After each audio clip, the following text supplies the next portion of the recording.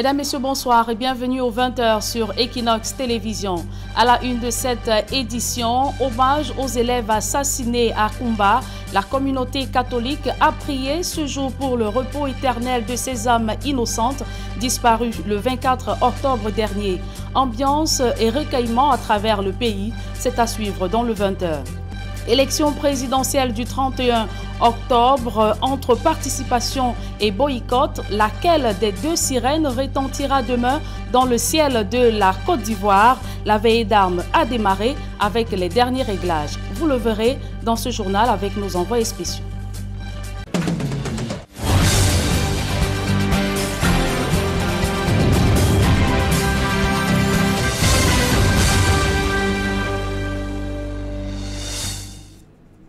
Une fois de plus, bonsoir mesdames et messieurs et merci de nous recevoir chez vous. Demain samedi est décrété jour de deuil national à travers le pays. Les drapeaux seront en berne sur l'ensemble du territoire, comme l'indique un décret du chef de l'État, Paul Biya. À la paroisse Sacré-Cœur de Fiango à Kumba, dans le sud-ouest, les fidèles catholiques et membres des familles éplorées de cette attaque ou tuerie de Kumba sont allés écraser une larme en la mémoire de ces écoliers disparus. On voit tout cela dans ce reportage de Xavier Foka. L'atmosphère était lourde. Ce vendredi 30 octobre 2020, à la paroisse Sacré-Cœur de Fiango à Kumba dans le sud-ouest. Les fidèles et les proches sont venus rendre un dernier hommage aux 7 victimes du massacre de samedi dernier, des victimes de trop d'une guerre inutile. My dear Christians and sympathizers, grabbed by fear and anxiety. Chers chrétiens saisis par la peur et l'anxiété causée par 4 années de guerre insensée. Cette guerre qui est la manifestation de toutes sortes de méchanceté de l'homme. All forms of wickedness of the human heart. In our grief for the so many people. Cette guerre qui nous a causé trop de peine par la mort de plusieurs personnes tuées dans cette guerre inutile contre le nord-ouest et le sud-ouest.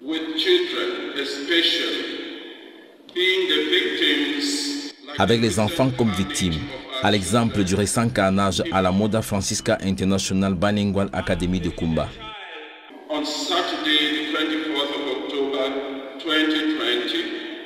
Une messe qui se célèbre 6 jours après l'attaque meurtrière et à la veille du deuil national décidé par le chef de l'État. Et dans la même veine, les fidèles catholiques de la ville de Douala ont également prié ce jour pour le repos éternel de ces âmes innocentes froidement assassinées samedi dernier à la Moda Francisca School de Kumba dans le sud-ouest. L'archevêque métropolitain de Douala, Monseigneur Samuel Kleda, qui présidait la messe, a invité les parties impliquées dans le conflit armé à pouvoir initier ou s'engager sur le dialogue de la vérité. D'autres précisions dans ce reportage de Dalastiana et Kediara.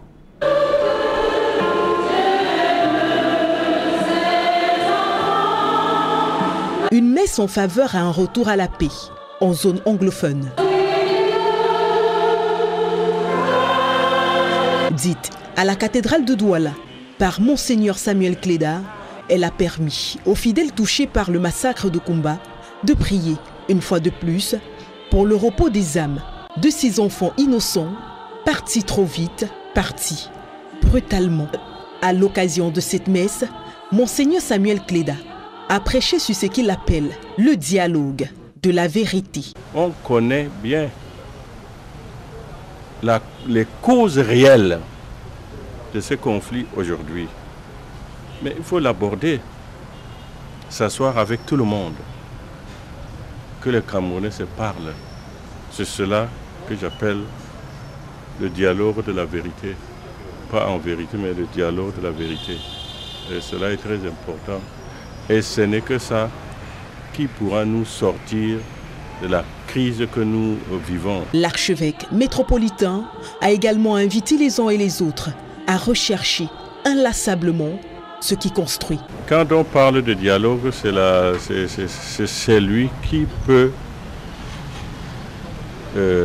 arriver à des solutions concrètes.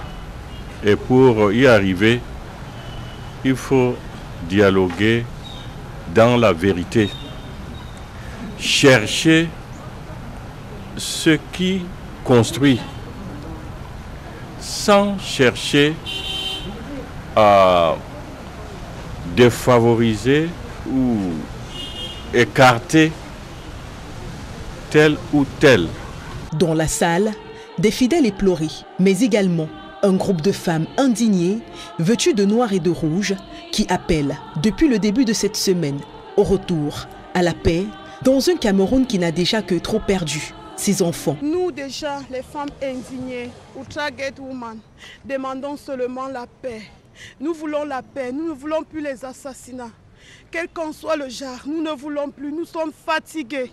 Les mamans veulent la paix au Cameroun. Que le Seigneur Tout-Puissant touche le cœur de chaque Camerounais. Amen. Le cœur de chaque Camerounais, pour qu'on puisse ensemble trouver un moyen de mettre la paix dans notre pays. Amen. Nous sommes fatigués. Les mamans sont fatiguées, nos cœurs saignent. Nous demandons, nous vous en prions, tous les Camerounais, revenons à de bons sentiments. Au terme de la prière, elles ont quelque peu arpenté les rues qui avoisinent la cathédrale, toujours en mémoire aux victimes de ce massacre. Mon fils, il est parti sans maman, mon fils. Et de nombreux projets infrastructurels entamés en début d'année dans le département du Ndonga-Mantoung sont à l'arrêt. Les entreprises en charge des travaux évoquent comme motif le climat d'insécurité qui prévaut dans le nord-ouest Cameroun. Sur le terrain, le taux d'exécution est de 48%, un bilan qui est loin de satisfaire les autorités administratives locales. D'autres précisions avec Kemazou Matilda, Stellambou et Gladys Sidi. De nombreux projets entamés en début d'année dans le département du Ndonga-Mantoung dans le nord-ouest ont été abandonnés. Le taux d'exécution dans l'ensemble est de 48%. Les entreprises en charge de ces travaux pour justifier le retard accusé évoquent l'insécurité dans le nord-ouest. Routes, salles de classe, forages, marchés et bien d'autres. À 2 mois de la fin d'année, le bilan est loin de satisfaire les autorités administratives locales. Certaines entreprises n'ont pas été à la hauteur. Les responsables prennent des marchés à travers le Cameroun et ne viennent entamer les travaux dans le Ndonga-Mantoung qu'à la dernière minute.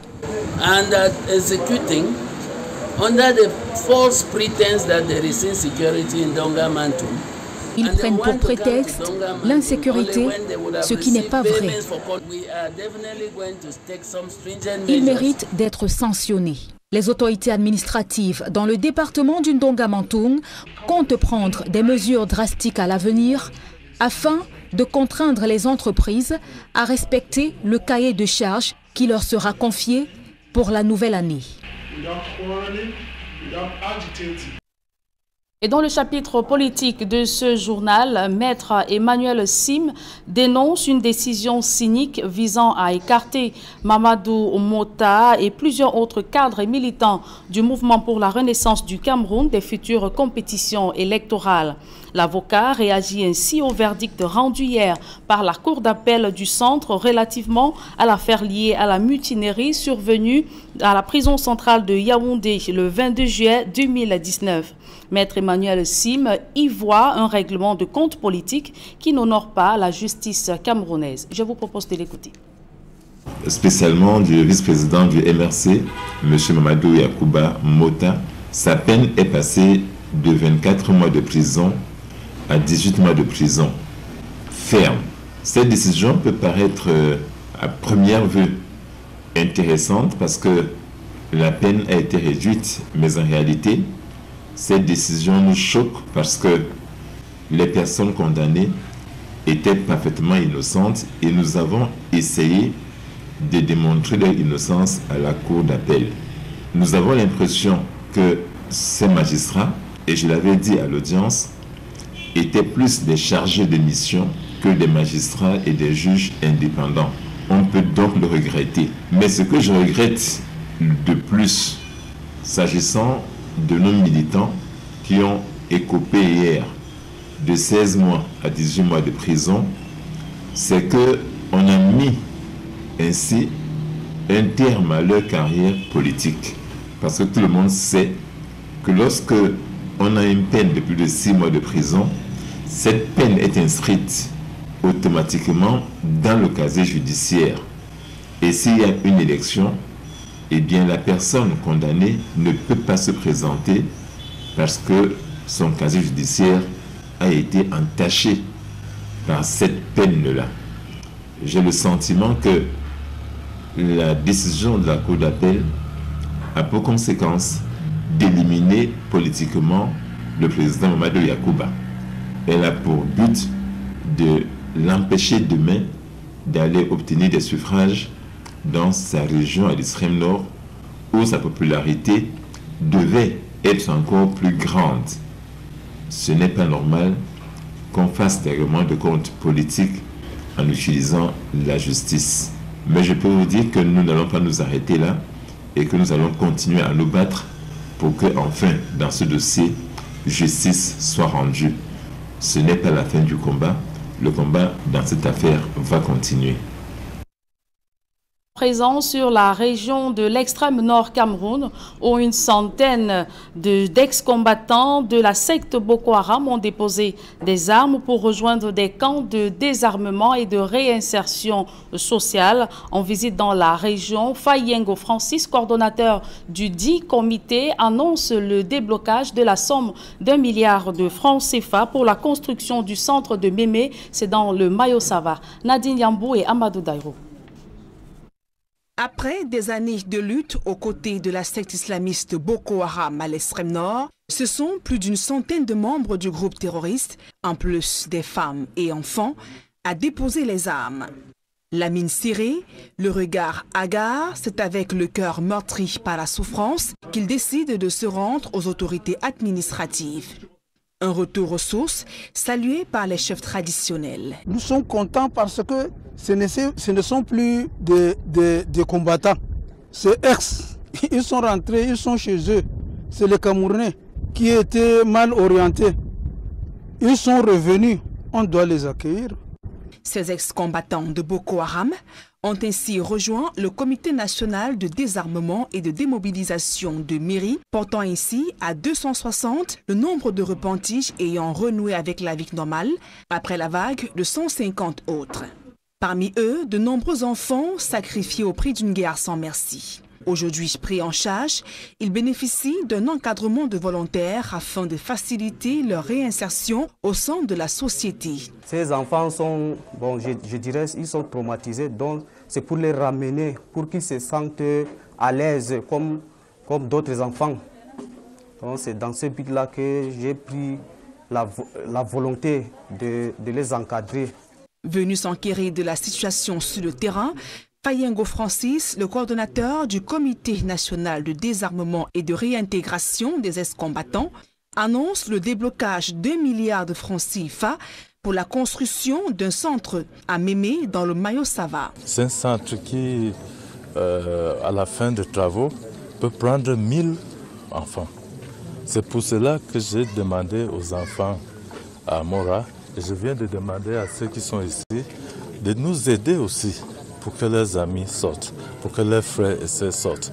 Parce que ce centre sera pour eux et ça sera aussi pour les enfants de la localité. Bâti sur une superficie de 13 hectares avec une capacité d'accueil de 1000 places, les travaux de construction de ce centre débuteront d'ici janvier 2021. Paul Biya va en guerre contre les agences de voyage qui continuent d'imposer des frais de paiement des toilettes publiques dans la région de l'Est Cameroun et ce, en violation de la décision du ministre des Transports. Mais ne vous me prenez surtout pas, il ne s'agit pas du chef de l'État, Paul Biya, mais du nouveau délégué régional des transports de la région de l'Est, Benjamin Issam. Un voyageur peu ordinaire dans les agences de voyage de Bertois. Le délégué régional des transports, accompagné de ses collaborateurs, vient de lancer, sur instruction du ministre des Transports, l'opération Zéro Accident dans la région de l'Est. La campagne vise 2 objectifs majeurs. Nous avons demandé aux autres d'insister sur le respect des mesures barrières, des toilettes qui doivent être gratuites.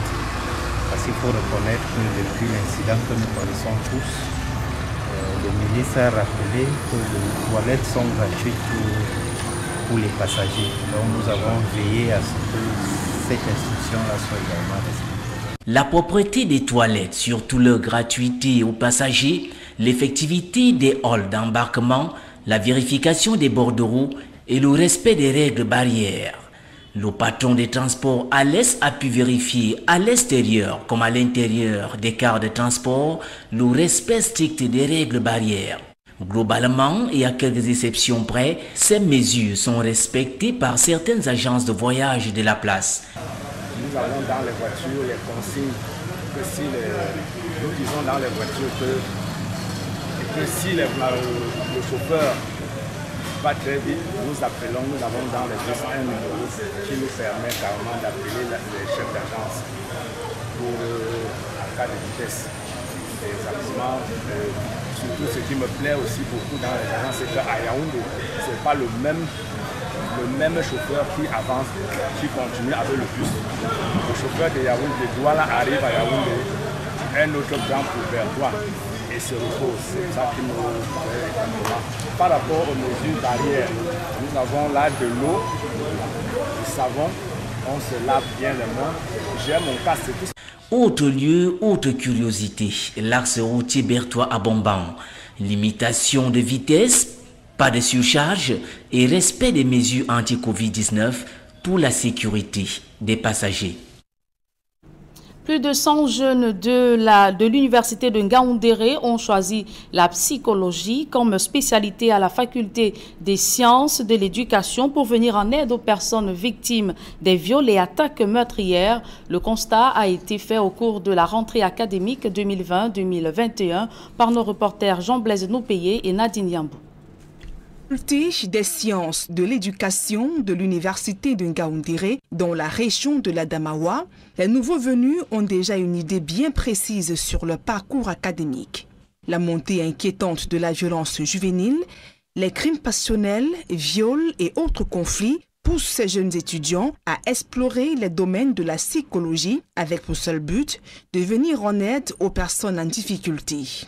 J'aimerais être conseiller d'orientation pour aider à améliorer aussi le comportement des autres, non seulement améliorer, mais à les conseiller également. Ils sont des centaines d'étudiants qui ont choisi la filière psychologie à l'université de Ngaoundéré. Ici, les cours en amphi ont bien changé. Coronavirus oblige. La rentrée académique cette année a été chamboulée.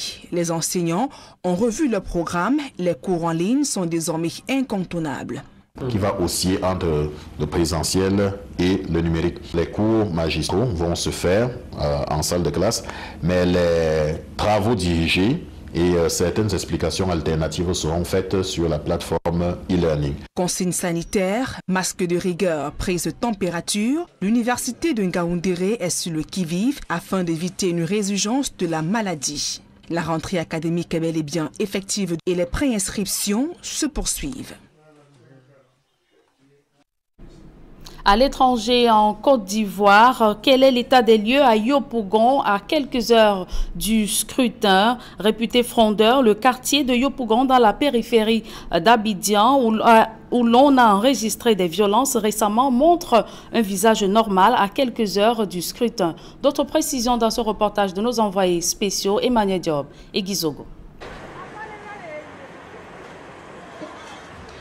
À Yopougon, dans l'après-midi, c'est une ambiance bon enfant qui y règne à la veille du scrutin présidentiel en Côte d'Ivoire.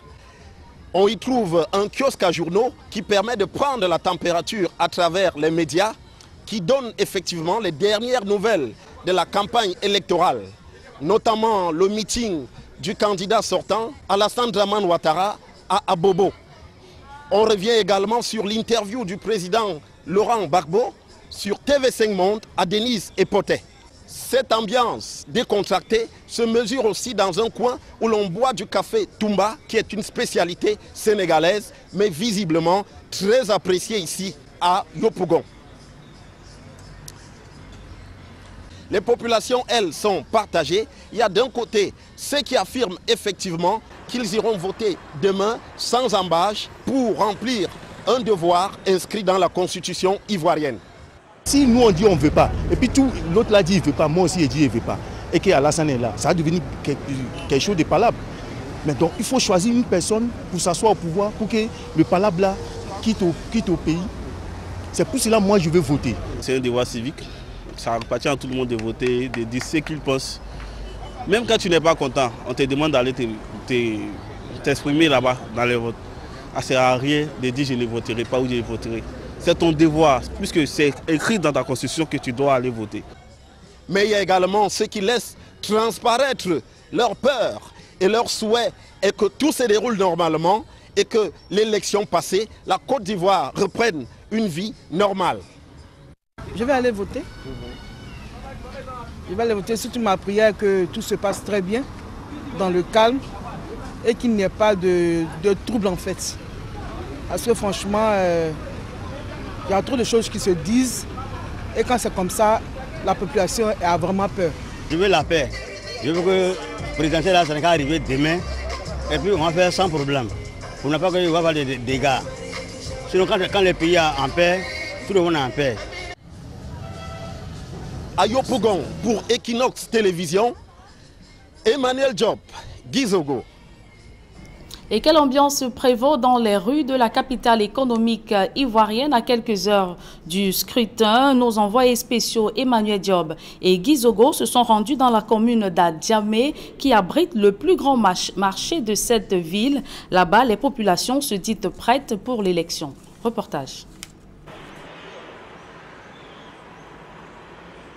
À la veille de l'élection présidentielle en Côte d'Ivoire, Abidjan du côté d'Adjamé, l'une des plus grandes communes de la capitale économique ivoirienne, montre un visage plutôt rasséréné où les activités et la circulation vont bon train. Ici, nous nous trouvons au marché d'Adjamé, c'est le plus grand de la capitale économique ivoirienne et les activités se déroulent normalement. Les Ivoiriens font leurs emplettes et les ménagères sont très nombreuses ici dans ce marché où l'on vend aussi énormément de produits, notamment les pagnes qui sont une tradition ici en Côte d'Ivoire, notamment pour la communauté du Nord composée souvent de musulmans. Nous sommes allés à la rencontre des commerçants et clients de ce marché, dont certains estiment qu'ils iront voter pour que les affaires se poursuivent normalement. Demain, on va aller voter le premier maintenant. Non, actuellement, on maintient nos positions. On maintient nos positions. L'opposition ne parle pas, nous, ça ne parle pas. Je suis pour des élections apaisées. Parce qu'un pays sans paix, il n'y a pas de... Un pays sans stabilité, il n'y a pas de business. Voilà. Vous irez voter demain? Par la grâce de Dieu, oui. J'irai voter demain. Vous irez voter demain? Ah oui, oui. Pour vous, vous n'êtes pas concerné par ceux qui appellent à boycotter les élections Ah non, non. On n'est pas concerné. J'aimerais, on va voter. C'est ce que la loi demande. On va voter. RADP Ado. On va voter demain, Inch'Allah. On va sortir massivement pour voter Ado. Non, nous on n'est pas dedans. On va voter demain, Inch'Allah. D'autres voient dans leur choix d'aller voter l'exercice de leur devoir de citoyens. À l'évidence donc, le marché d'Adjamé vote pour une participation aux élections de ce 31 octobre 2020, ici en Côte d'Ivoire. Au marché d'Adjamé, pour Equinox Télévision à Abidjan, Emmanuel Diop, Gizogo. La campagne électorale du candidat Alassane Dramane Ouattara s'est achevée dans l'un de ses fiefs. Devant des dizaines de milliers d'Ivoiriens, il s'est présenté comme celui qui a transformé la Côte d'Ivoire en un paradis et souhaite poursuivre son œuvre à la tête du pays. D'autres précisions dans ce reportage de nos envoyés spéciaux Carlos Minoué, Cédric Noufélé. Mobilisation record dans la commune d'Abobo, l'un des bastions du parti au pouvoir dans le district d'Abidjan. C'est ici que le président candidat Alassane Dramane Ouattara choisit de clôturer sa campagne électorale. Après avoir sillonné les artères de la ville, sa caravane provoque l'euphorie au rond-point de la mairie d'Abobo. Une démonstration de force et une expression de l'adhésion populaire des jeunes habillés aux couleurs du RHDP qui scandent le nom de leur candidat.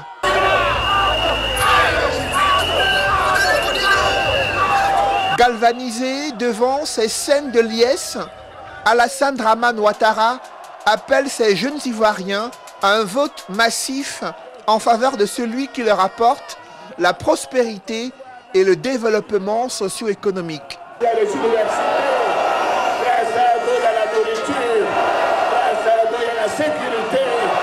La Côte d'Ivoire, c'est un paradis. La Côte d'Ivoire est un paradis. Il faut préserver, que vous ne laissez pas distraire. Vous allez voter massivement pour montrer que c'est vous qui avez demandé à Ado d'être candidat. Ado est votre candidat. Vous allez voter pour lui, n'est-ce pas? Vous allez voter massivement.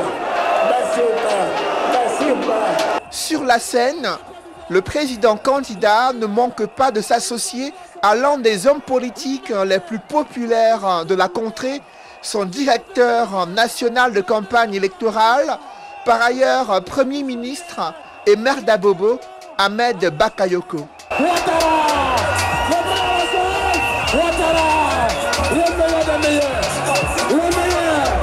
Au-delà de cette union des leaders politiques, l'atout féminin de la campagne électorale du candidat RHDP, incarné par la première dame ivoirienne, a conquis les cœurs et tous ont promis de donner la victoire dès le premier tour à leur candidat Alassane Dramane Ouattara.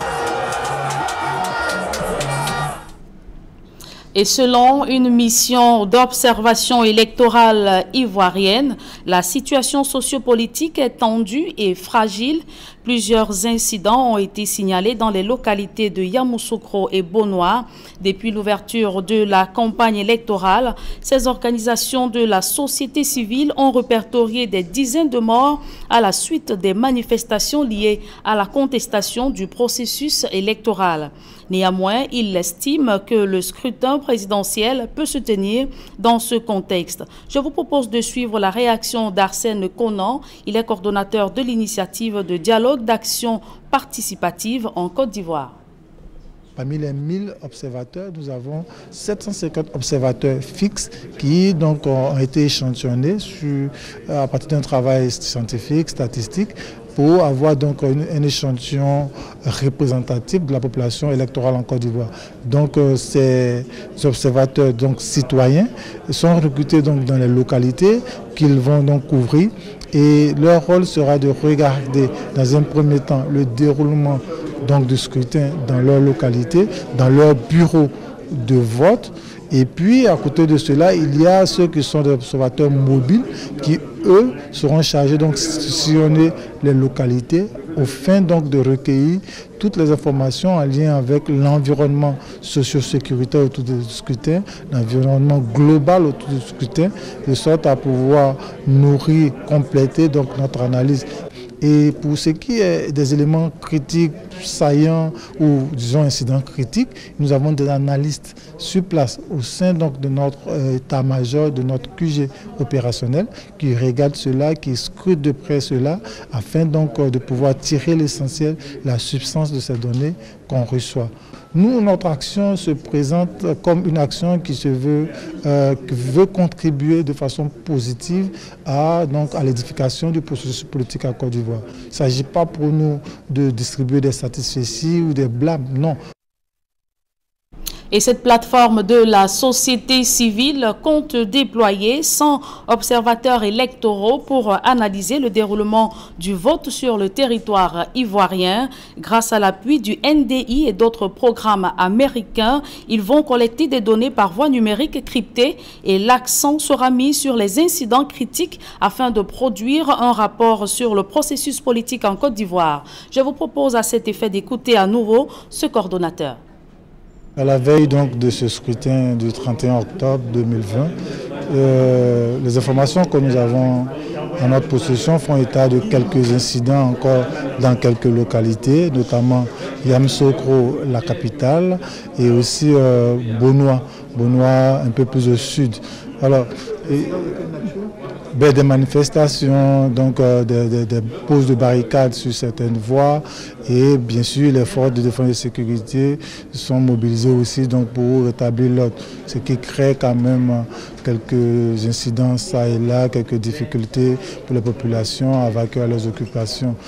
Il serait difficile à ce jour de faire un bilan exhaustif, mais selon les chiffres que nous avons, déjà en termes de dégâts en perte en vies humaines, on note entre un minimum de 30 pour, c'est les chiffres les moins élevés, 30, et un minimum de 70 personnes qui ont perdu la vie suite à ces incidents qu'on enregistre depuis, disons, quelques semaines, voilà, à la faveur donc, de cette période préélectorale en Côte d'Ivoire. C'est un climat assez fragile, assez tendu, et nous, en tant qu'organisation de la société civile, nous ne pouvons que déplorer cela. Évoquons à présent la fin de la campagne électorale du candidat Kouadio Konan Bédié. Le candidat indépendant de l'opposition appelle les Ivoiriens à se rendre massivement demain aux urnes pour opérer un changement à la tête du pays. Kouadio Konan Bertin exhorte ses concitoyens à éviter la violence. D'autres précisions dans ce reportage de Gizogo. Dans une campagne électorale où les meetings de l'opposition auront été plutôt rares, Kouadio Konan Bertin a fait exception ici au stade d'Inchallah à Koumassi avec ce dernier meeting ce jeudi à Abidjan. Un meeting où le public a été chauffé à blanc par des airs musicaux ivoiriens et où on a vu beaucoup de jeunes se trémousser avant le début de ce meeting sous le son des artistes ivoiriens avec naturellement toutes les pichenettes de danse qu'on connaît ici en Côte d'Ivoire. Le directeur de campagne du candidat KKB s'est exprimé. Venance Djedje explique les raisons de ce dernier meeting et le message qui est passé à cette occasion. Le message il est très clair. D'abord de dire à tous les Ivoiriens et Ivoiriennes d'aller voter massivement pour libérer notre pays. Au lieu d'amener les uns les autres au boycott, à aller barrer les routes et se donner la mort, nous préférons leur dire tout simplement, allez-y aux urnes. Si tel est que vous n'aimez pas le candidat d'en face, venez et votez massivement pour KKB et on a la victoire, tranquillement, Alassane partira. Il ajoute pour ceux qui critiquent KKB de prendre part à ce scrutin en estimant qu'il légitime la candidature d'Alassane Dramane Ouattara.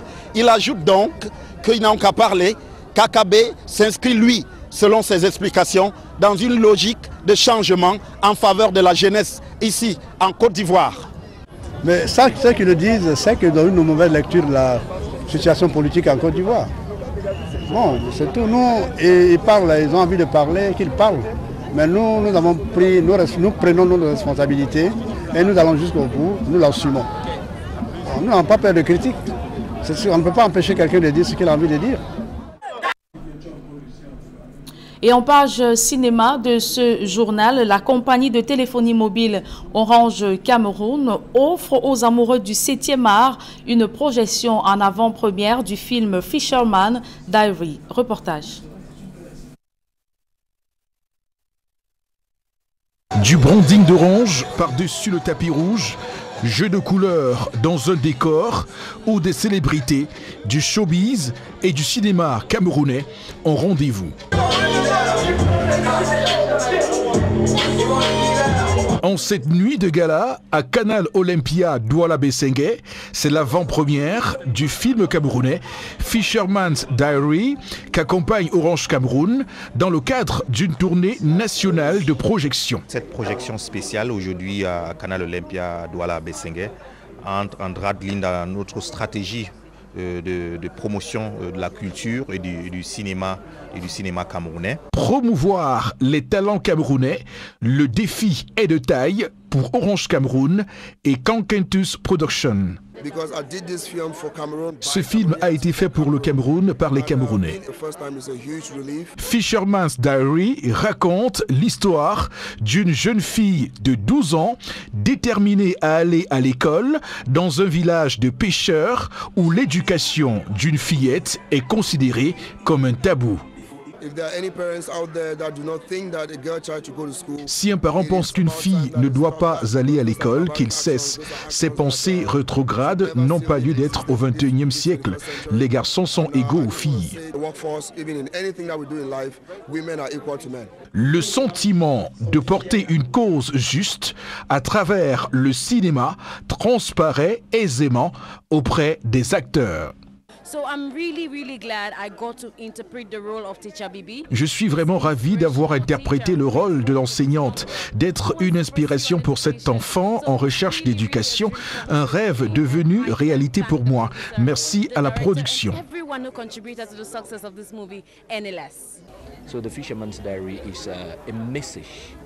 Le film Fisherman's Diary est un message pour les parents qui tuent le rêve merveilleux de leurs enfants.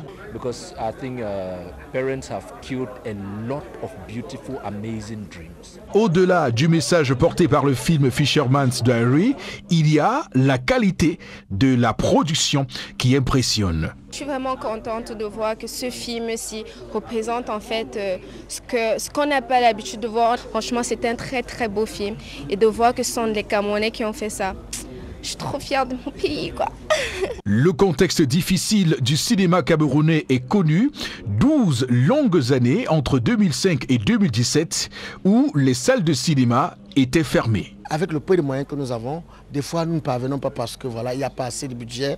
Donc maintenant, comme Orange commence déjà à marquer son empreinte et accompagner, je crois que il y a beaucoup de bonnes choses qui arrivent. Les gens nous damaient le pion longtemps avant parce qu'ils étaient soutenus par de très grandes structures. Donc si aujourd'hui, chez nous, une structure comme Orange se décide de soutenir et croire à la culture de chez nous, ça peut que faire chaud au cœur. Fisherman's Diary sera également projeté à Boya le 30 octobre, Limbé le 31, Yaoundé 21 novembre, Mbouda 28 novembre et Bamenda le 12 décembre 2020.